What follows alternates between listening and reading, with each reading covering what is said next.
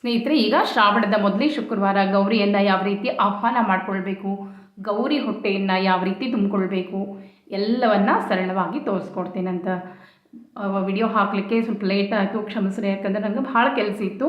ನಾವು ಗೌರಿ ಕೊಡೋದ್ರೊಳಗೆ ಎಲ್ಲ ಮೀಸಲದ್ದು ರೆಡಿ ಮಾಡಿ ಇಟ್ಕೊಳ್ತೀವಿ. ಅಂದ್ರೆ ಗೌರಿ ಕೂತ ಮೇಲೆ ಏನೂ ಹುರಿಬಾರ್ದು ಅನ್ನೋದಕ್ಕೆ ಮೆಂತೆ ಹಿಟ್ಟು, ಮಸಾಲೆ ಪುಡಿ, ಚಟ್ನಿ ಪುಡಿ, ಅಡಿಕೆ ಪುಡಿ ಮತ್ತು ಅಳ್ಳಿಟ್ಟು ಆಗಬೇಕು, ತಂಬಿಟ್ಟು ಆಗಬೇಕು, ನಾನಾ ಥರದ್ದೆಲ್ಲ ಚಟ್ನಿ ಪುಡಿಗಳಾಗಬೇಕು, ಗೆಜ್ಜೆ ವಸ್ತ್ರ, ಬತ್ತಿ, ಭಾಳ ಕೆಲಸ ಇರ್ತದೆ. ಹಾಗಾಗಿ ಅದ್ರ ಮಧ್ಯೆ ವಿಡಿಯೋ ಹಾಕ್ಲಿಕ್ಕೆ ಸ್ವಲ್ಪ ಲೇಟ್ ಆಯಿತು. ಈಗ ತಡ ಮಾಡದೆ ಗೌರಿಯನ್ನು ಯಾವ ರೀತಿ ಆಹ್ವಾನ ಮಾಡ್ಕೊಳ್ಳೋದಂತ ತೋರಿಸ್ಕೊಡ್ತೀನಿ ನೋಡಿರಿ. ಈಗ ಈ ರೀತಿಯಾಗಿ ಒಂದು ಪೀಠವನ್ನು ರೆಡಿ ಮಾಡ್ಕೊಳ್ಬೇಕು. ಈ ಪೀಠ ಹೆಂಗಿರಬೇಕು ಅಂತಂದ್ರೆ, ಗೌರಿ 5 ವಾರ ಕೂಡ್ತಾಳೆ. ಆ ಗೌರಿ 5 ವಾರ ಕೂಡುವಾಗ ಯಾವುದೇ ಇದಕ್ಕೆ ಧಕ್ಕೆ ಆಗಬಾರ್ದು. ಆಕೆಗೆ ಅದನ್ನು ಸರಿಸಿದೆ ಮಾಡಿದೆ ಏನೂ ಆಗಬಾರ್ದು, ಸ್ಥಾನ ಪಡ್ಲಂತನ ಆಗಬಾರ್ದು. ಅದಕ್ಕಾಗಿ ಆ ಗೌರಿ ಪೀಠ ಒಂದೇ ಸ್ಥಳದಲ್ಲಿ ಧಕ್ಕೆ ಆಗಲಾರ್ದೆ ಅದೇಬೇಕು. ಯಾಕಂದರೆ ಆಕೆಯ ಬಲಗಡೆ ಮತ್ತು ಜ್ಯೇಷ್ಠ ಗೌರಿ ಆಹ್ವಾನ ಇರ್ತದೆ. ಅದಕ್ಕಾಗಿ ಈ ಪೀಠವನ್ನು ಒಂದು ಸರಿಯಾದ ಸ್ಥಳದಲ್ಲಿ, ದೇವರ ಮನೆಯಲ್ಲಿ ಸರಿಯಾದ ಸ್ಥಳದಲ್ಲಿ ಹಾಕಬೇಕು. ಈ ರೀತಿಯಾಗಿ ಪೀಠವನ್ನು ರೆಡಿ ಮಾಡಿಟ್ಕೊಂಡೆ ಗೌರಿಯ ಹೊಟ್ಟೆಯನ್ನು ತುಂಬಿಕೊಳ್ಬೇಕು. ಅದರ ಒಂದು ಮುಟ್ಟಿಗೆ ಅಕ್ಕಿಯನ್ನು ಹಾಕ್ಕೊಳ್ಬೇಕು, ಹೆಚ್ಚಿಗೆ ಹಾಕ್ಕೊಳ್ಬಾರ್ದು. ಒಂದು ಮುಟ್ಟಿಗೆಗೆ ಬರುವಷ್ಟು ಅಕ್ಕಿಯನ್ನು ಆ ಪೀಠದ ಮಧ್ಯದಲ್ಲಿ ಹಾಕ್ಕೊಳ್ಬೇಕು. ಹಾಕ್ಕೊಂಡು ಅರಿಶಿನ ಮತ್ತು ಕುಂಕುಮದಿಂದ ನಾವು ಪದ್ಮವನ್ನು, ಈ ಅಷ್ಟದಳ ಪದ್ಮವನ್ನು ಬರಿಬೇಕು. ಆ ಅಷ್ಟದಳ ಪದ್ಮವನ್ನು ಬರೆದು ಅದ್ರ ಮೇಲೆ ನಾವು ಗೌರಿಯನ್ನು ಸ್ಥಾಪನೆ ಮಾಡಬೇಕಾಗ್ತದೆ. ಯಾಕಂದರೆ ಪದ್ಮಾನನೆ, ಪದ್ಮಮುರು, ಪದ್ಮಾಕ್ಷಿ, ಪದ್ಮ ಸಂಭವೆ ಅಂತ ನಾವು ಶ್ರೀ ಸೂಕ್ತದಲ್ಲಿ ಹೇಳ್ತೀವಿ. ಅದಕ್ಕಾಗಿ ಈ ರೀತಿ ಒಂದು ಪದ್ಮವನ್ನು ಹಾಕ್ಕೊಳ್ಬೇಕು. ಪದ್ಮವನ್ನು ಹಾಕ್ಕೊಂಡು ಆದಮೇಲೆ ಅದ್ರ ಮೇಲೆ ನಾವು ಗೌರಿಯನ್ನು ಸ್ಥಾಪನೆ ಮಾಡಬೇಕಾಗ್ತದೆ. ಈಗ ಗೌರಿ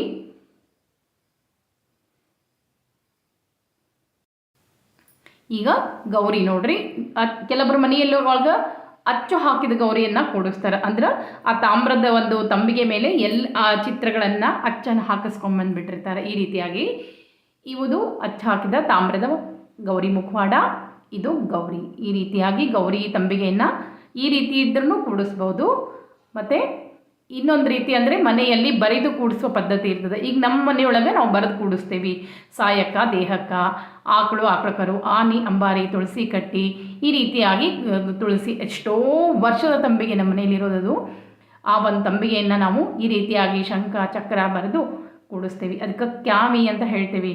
ಆ ಕ್ಯಾಮಿಯನ್ನು, ಈ ಮುಖವಾಡ ಈ ರೀತಿಯಾಗಿ ಮುಖವನ್ನು ಬರೆದು ಗೌರಿಯನ್ನು ಅದರ ಮೇಲಿಟ್ಟು ಕೂಡಿಸಿ ಪೂಜೆಯನ್ನು ಮಾಡ್ತೇವೆ.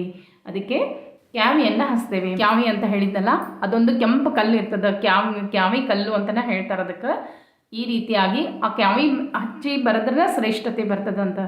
ಮೊದಲಿನ ಕಾಲದೊಳಗೆ ಗೌರಿ ಬರಿಬೇಕಾದ್ರೆ ಆ ಗೌರಿ ತಂಬಿಗೆಗೆ ಮೊದಲು ನಾವು ಕ್ಯಾಮಿ ಹಚ್ಚಿ ಒಂದು ದಿವಸ ಇಡ್ತೀವಿ. ಆಮೇಲೆ ಗೌರಿ ಪಾದ ಹಾಕಬೇಕಾದ್ರೂ ಕ್ಯಾಮಿ ಹಚ್ಚಿನೇ ಗೌರಿ ಪಾದ ಹಾಕಬೇಕು. ಯಾಕಂದರೆ ಈಗಿನವರೆಲ್ಲ ಏನು ಮಾಡ್ತಾರೆ, ಕೆಂಪು ಪೇಂಟ್ ಹಚ್ಚಿಬಿಡ್ತಾರೆ ಹೊಸಲಿಗೆ. ಆದರೆ ಮೊದಲಿನ ಮಂದಿ ಕ್ಯಾಮಿ ಹಚ್ತಿದ್ರು ಹೊಸಲಿಗೆ. ಯಾಕಂದ್ರೆ ಯಾವುದೇ ದುಷ್ಟಶಕ್ತಿಗಳು ಒಳಗೆ ಬರೋದಿಲ್ಲ ಅಂತ. ಅದಕ್ಕೆ ಆ ಕ್ಯಾಮಿಗೆ ಬಹಳನೇ ವಿಶೇಷತೆ ಅದ. ಗೌರಿ ಒಳಗೆ ಬರಬೇಕಾದ್ರೆ ಕ್ಯಾಮಿಯನ್ನು 5 ಪಾದ ಹಾಕಿ ಕರ್ಕೊಂಬರ್ತೀವಿ. ಈಗ ಗೌರಿ ಹೊಟ್ಟೆ ತುಂಬಲಿಕ್ಕೆ ಧಾನ್ಯ ಇಟ್ಕೊಂಡೀವಿ. ನಾವು ನಮ್ಮ ಕಡೆ ಏನು ಮಾಡ್ತೀವಿ ಅಂದರೆ, ಶ್ರಾವಣ ಗೌರಿಗೆ ಜೋಳ ತುಂಬ್ತೇವೆ, ಅಷ್ಟಮಿ ಗೌರಿಗೆ ಗೋಧಿಯನ್ನು ತುಂಬ್ತೇವೆ. ಧಾನ್ಯವನ್ನು ತುಂಬಬೇಕಲ್ಲ, ಅದಕ್ಕೆ ಈ ರೀತಿಯಾಗಿ ಧಾನ್ಯ, ನೀವು ಬೇಕಂದ್ರೆ ನಿಮ್ಮ ಮನೆಯಲ್ಲಿ ಜೋಳ ಇಲ್ಲ ಅಂದರೆ ಅಕ್ಕಿಯನ್ನು ಕೂಡ ತುಂಬಬಹುದು. ಒಂದ್ಸಲ ಎಷ್ಟು ಇಟ್ಕೊಳ್ಬೇಕು ಅಂದರೆ ಅದು ತೀರಬಾರ್ದು. ಏನು ನಾವು ಇಟ್ಕೊಂಡಿರ್ತೇವಲ್ಲ ಅದು ತುಂಬಿ ಉಳಿಬೇಕು. ಹಂಗೆ ನಾವು ಧಾನ್ಯವನ್ನು ಇಟ್ಕೊಳ್ಬೇಕು. ಈಗ ಅರಿಶಿನ ಕುಂಕುಮದ್ದು ಚೀಟನ್ನು ಕಟ್ಟಿಟ್ಕೊಂಡೇನಿ. ಆದರೆ ಪ್ಲಾಸ್ಟಿಕ್ ಕವರ್ನೊಳಗೆ ಇಟ್ಕೋಬೇಡ್ರಿ, ಪ್ಲಾಸ್ಟಿಕ್ ಹೊಟ್ಟೆಯೊಳಗೆ ಹಾಕಬೇಡ್ರಿ. ಅದಕ್ಕೆ ಈ ರೀತಿ ಅರಿಶಿನ ಕುಂಕುಮವನ್ನು ಕಟ್ಟಿ ಇಟ್ಕೊಳ್ಬೇಕು. ಒಂದು ಅರಿಶಿನದ್ದು, ಒಂದು ಕುಂಕುಮದ್ದು. ನಂತರ ಈಗ ಕಾಲುಂಗುರ, ಅರಿಶಿನ ಬೇರನ್ನು ಗೌರಿ ಹೊಟ್ಟೆಯೊಳಗೆ ಹಾಕಲಿಕ್ಕೆ ಅರಿಶಿನದ ಬೇರು, ಮತ್ತು ಉತ್ತತ್ತಿ ಅಂತ ಹೇಳ್ತೀವಿ, ಅಡಿಕೆ ಬೆಟ್ಟ 2 ಉತ್ತತ್ತಿ ಇಟ್ಕೊಳ್ಬೇಕು, ಒಂದು ಅರಿಶಿನ ಬೇರೆ ಇಟ್ಕೊಳ್ಬೇಕು, ಮತ್ತು ಒಣಕೊಬ್ಬರಿ ಚೂರನ್ನು ಇಟ್ಕೊಳ್ಬೇಕು. ಅದಾದಮೇಲೆ ದಕ್ಷಿಣೆಯನ್ನು ಇಟ್ಕೊಳ್ಬೇಕು. ಕಾಲುಂಗುರ, ಪಿಲ್ಲೆ ಇಟ್ಕೊಳ್ಬೇಕು. ಪಿಲ್ಲೆ ಅಂತ ಅವು ನಮ್ಮ ಕಡೆ ಹಾಕ್ಕೊಳ್ತಾರೆ. ಪಿಲ್ಲೆ ಅಂತ ಕೇಳಿದರೆ ಅಂಗಡಿಯೊಳಗೆ ಬೆಳ್ಳಿವೇ ಇಟ್ಕೊಳ್ಬೇಕು, ಬೇರೆ ಯಾವ ಲೋಹದ್ದನ್ನು ಹಾಕಬಾರ್ದು ಗೌರಿಗೆ. ಅವನ್ನೆಲ್ಲವನ್ನು ಗೌರಿ ಹೊಟ್ಟೆಯೊಳಗೆ ತುಂಬ್ಕೋಬೇಕಾಗ್ತದೆ. ಅವನ್ನೆಲ್ಲ ಜೋಡಿಸಿಟ್ಕೊಂಡ್ಮೇಲೆ ಆಮೇಲೆ ಆಕೆಗೆ ಮಂಗಳಸೂತ್ರವನ್ನು ಹಾಕೋದು. ಈ ರೀತಿಯಾಗಿ ಗೌರಿಗೆ ಅಂಥೇಳಿ ಮಂಗಳಸೂತ್ರ ಬೇರೆ ತಂದಿಟ್ಕೊಳ್ಬೇಕು. ಅದು ಬಂಗಾರದ್ದಾಗಿರಬೇಕು. ಈಗ ಆ ಗೌರಿ ಇವಾಗ ಹೊಟ್ಟೆಯೊಳಗೆ ಹೆಂಗೆ ತುಂಬ್ಕೊಳ್ಬೇಕು ಅಂದರೆ ಬಗಸೆ ಒಂದೇ ಕೈಯಿಂದ ತಗೋಬಾರ್ದು, ಎರಡು ಕೈಯನ್ನು ಕೂಡಿಸಿ ಬೊಗಸೆಯಿಂದ ತುಂಬಬೇಕು. ಆ ಬೊಗಸೆಯಿಂದ ತುಂಬಬೇಕಾದ್ರೆ ಮೊದಲೇ ಬೊಗಸೆ ಒಳಗೆ ಅರಿಶಿನ ಕುಂಕುಮ ಬರಬೇಕು. ಎರಡನೇ ಬೊಗಸೆ ಒಳಗೆ ಕಾಲುಂಗುರ ಪಿಲ್ಲೆ ಈ ರೀತಿಯಾಗಿ ಬರಬೇಕು. 5 ಬೊಗಸೆ ಒಳಗೆ ಆಕೆ ಹೊಟ್ಟೆ ತುಂಬಬೇಕು. 5 ಬೊಗಸೆ ಹಾಕೋದ್ರೊಳಗೆ ಆಕೆ ಹೊಟ್ಟೆ ತುಂಬಬೇಕು. ಹಂಗೆ ನೀವು 5 ಬೊಗಸೆ ಹಾಕಬೇಕು. ಪೂರ್ಣ ಬೊಗಸೆ ತುಂಬ ಹಿಡಿದು ತುಂಬ್ರಿ. 5 ಬೊಗಸೆ ಹಾಕಿದ ಮೇಲೆ ಅದು ಪೂರ್ಣ ತುಂಬಿದ ಮೇಲೆ ಗೌರಿಯನ್ನು ನೆಲದ ಮೇಲೆ ಇಟ್ಕೊಂಡು ತುಂಬಬಾರ್ದು. ಈ ರೀತಿ ಒಂದು ತಟ್ಟೆಯ ಮೇಲೆ ಒಳಗೆ ಇಟ್ಕೊಂಡು ತುಂಬಿ ಮೇಲೆ ಗೌರಿ ಮುಖವನ್ನು ಹಾಕಬೇಕು. ಗೌರಿ ಮುಖವನ್ನು ಹಾಕಿ ನಂತರ ಆಕೆಗೆ ಮಂಗಳಸೂತ್ರ ಹಾಕಬೇಕು. ಅರಿಶಿನ ಕುಂಕುಮ ಇರಿಸಿ ಈಗ ಆಕೆಯನ್ನು ಎತ್ಕೊಂಡು ತುಳಸಿ ಕಟ್ಟಿ ಮುಂದೆ ರಂಗೋಲಿ ಎಲ್ಲ ಹಾಕಿ ದೀಪ ಹಚ್ಚಿಟ್ಕೊಂಡು ಬಂದಿರಬೇಕು. ನಂತರ ಒಂದು ಮಣಿಯನ್ನು ತುಳಸಿ ಕಟ್ಟಿ ಮುಂದೆ ಹಾಕಿರಬೇಕು. ಈ ರೀತಿಯಾಗಿ ಮಣಿಯನ್ನು ಒಂದು ಹಾಕಿ ನಂತರ ಆ ಮಣಿ ಮೇಲೆ ಗೌರಿಯನ್ನು ಕೂಡಿಸ್ಬೇಕು. ಈ ರೀತಿಯಾಗಿ ಗೌರಿ ಮುನ್ನ ತುಳಸಿ ಕಟ್ಟಿ ಎದುರಾಗಿ ಕೂಡಿಸ್ಬೇಕು. ಅವರಿಬ್ಬರು ಎದುರು ಬದರಾಗಿ ಕೂತಿರಬೇಕು. ಅರಿಶಿನ ಕುಂಕುಮ ಇಬ್ಬರಿಗೂ ಏರಿಸಬೇಕು. ಧೂಪ ದೀಪ ಎಲ್ಲವನ್ನು ಮಾಡಿ ತುಳಸಿಗೆ ಸಕ್ಕರೆ ನೈವೇದ್ಯವನ್ನು ಮಾಡಿದ ಮೇಲೆ ಗೌರಿಗೆ ಮತ್ತು ತುಳಸಿಗೆ ಕತ್ಲಾರತಿ ಮಾಡಿ ಒಳಗೆ ಕರ್ಕೊಂಡು ಬರಬೇಕು. ಗೌರಿಗೆ ಮನೆಯೊಳಗೆ ಬೇರೆದವರಿದ್ರೆ ಗೌರಿಗೆ ಒಳಗೆ ಬರಬೇಕಾದ್ರೆ ಕದ್ಲಾರತಿ ಮಾಡಿ ಗೌರಿಗೆ ಕದ್ಲಾರತಿ ಮಾಡಿ ಒಳಗೆ ಕರ್ಕೊಂಡು ಬರಬೇಕು. ಅದನ್ನ ಒಳಗೆ ಕರ್ಕೊಂಡ್ಬರ್ಬೇಕಾದ್ರೆ ಏನು ಹಾಡಬೇಕು ಅಂದ್ರೆ ಗೌರಿನ ಸಂತೋಷವಾಗಿ ಧೂಪ ದೀಪ ಆಮೇಲೆ ಹಿಡ್ಕೊಂಡು ಗಂಟೆಯನ್ನು ಬಾರಿಸ್ಕೋತಾ ಒಳಗೆ ಕರ್ಕೊಂಬರ್ಬೇಕು. ಯಾಕಂದ್ರೆ ಆಕೆ ತವ್ರ ಮನೆಗೆ ಬರ್ತಿರ್ತಾಳೆ. ಆ ತವ್ರ ಮನೆಗೆ ಬಂದಂಥ ಗೌರಿಯನ್ನು ಸಂತೋಷವಾಗಿ ನಾವು ಮನೆಗೆ ಕರ್ಕೊಂಡು ಬರ್ಬೇಕಂತ. ಆಕೆಯನ್ನು ಒಳಗೆ ಕರ್ಕೊಂಬರ್ಬೇಕಾದ್ರೆ ಆಡುತ್ತ ಬಾರಮ್ಮ ಲಕುಮಿ ನಲಿದಾಡುತ್ತ ಬಾರಮ್ಮ, ಆಡುತ್ತ ವರಗಳ ನೀಡುತ್ತ ದಯದಿಂದೋಡುತ್ತ ಲಕ್ಷ್ಮೀ ನಡುಮನೆಗಿಂದು ಆಡುತ್ತ ಬಾರಮ್ಮ ಲಕುಮಿ ನಲಿದಾಡುತ್ತ ಬಾರಮ್ಮ. ಕಂಕಣ ಕೈಗಳಲ್ಲಿ ಹೊಳೆಯುತ್ತ ವಂಕಿ ತೋಳ್ಗಳಲ್ಲಿ ಪಂಕಜ ಮುಖಿಯರು ಸಂಭ್ರಮದಿಂದಲಿ ಕಂಕಣವರ ಕೈ ಕಿಣಿ ಎಂದಾಡುತ್ತ ಬಾರಮ್ಮ ಲಕುಮಿ ನಲಿದಾಡುತ್ತ ಬಾರಮ್ಮ. ಬಂದಾಳು ಮಹಾಲಕ್ಷ್ಮಿ ನಮ್ಮ ಮನೆಗೆ ಪೂಜೆಯ ಹೊತ್ತಿನಲ್ಲಿ, ಬಂದಾಳು ನಮ್ಮ ಮನೆಗೆ ನಿಂತಾಳೆ ಗ್ರಹದಲ್ಲಿ, ನಂದ ಕಂದನ ರಾಣಿ ವೃಂದಾವನದಿಂದ.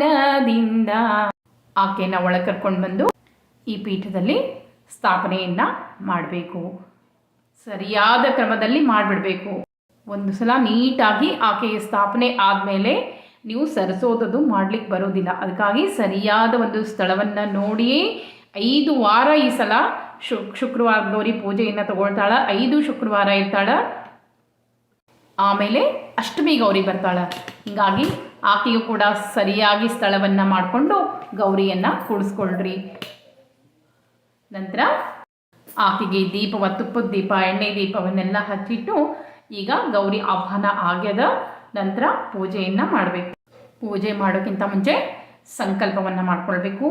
ಗೌರಿಯನ್ನು ಕೂಡಿಸೋರು ಯಾರ ಮನೆಯಲ್ಲಿ ಪದ್ಧತಿ ಇದೆಯೋ ಅವ್ರು ಮಾತ್ರ ಗೌರಿಯನ್ನು ಕೂಡಿಸ್ರಿ. ಯಾಕಂದರೆ ಸ್ವಲ್ಪನೂ ಹೆಚ್ಚು ಕಡಿಮೆ ಆಗಬಾರ್ದು. ಗೌರಿ ವಿಷಯದಲ್ಲಿ ಬಹಳನೇ ಎಚ್ಚರಿಕೆ ಇರಬೇಕು. ಯಾಕಂದ್ರೆ ತಪ್ಪುಗಳನ್ನು ಮಾಡಿದ್ರೆ ಏನೋ ಒಂದು ತೊಂದರೆ ಆಗ್ತದೆ ಅಂಥೇಳಿ ಗೆಜ್ಜೆ ವಸ್ತ್ರ ಏರಿಸಬೇಕಾದ್ರೂ ಎಚ್ಚರಿಕೆಯಿಂದ ಏರಿಸ್ರಿ. ಯಾಕಂದ್ರೆ ಅಲ್ಲಿ ದೀಪ ಇದು ಇದ್ದಾಗ ದೀಪದ ಹತ್ತಿರ ಗೆಜ್ಜೆ ವಸ್ತ್ರ ಏರಿಸಬಾರ್ದು. ಸ್ವಲ್ಪ ದೂರವಾಗಿ ದೀಪವನ್ನು ಇಟ್ಟಿರಿ ಗೆಜ್ಜೆ ವಸ್ತ್ರಕ್ಕೆ. ಯಾಕಂದರೆ 5 ಶುಕ್ರವಾರ ನಾವು ಗೆಜ್ಜೆ ವಸ್ತ್ರ ತೆಗೆಯೋದಿಲ್ಲ. 1 ಗೆಜ್ಜೆ ವಸ್ತ್ರ ಆದರೂ ಅಕ್ಕಿ ಮೈ ಮೇಲೆ ಇಡಲೇಬೇಕು. ಹೀಗಾಗಿ ಗೆಜ್ಜೆ ವಸ್ತ್ರ ಭಾಳ ಆದಾಗ ನೀವು ದೀಪವನ್ನು ಗೌರಿ ಹತ್ರನೇ ಇಡಬೇಡ್ರಿ, ಸ್ವಲ್ಪ ದೂರ ಇಡ್ರಿ.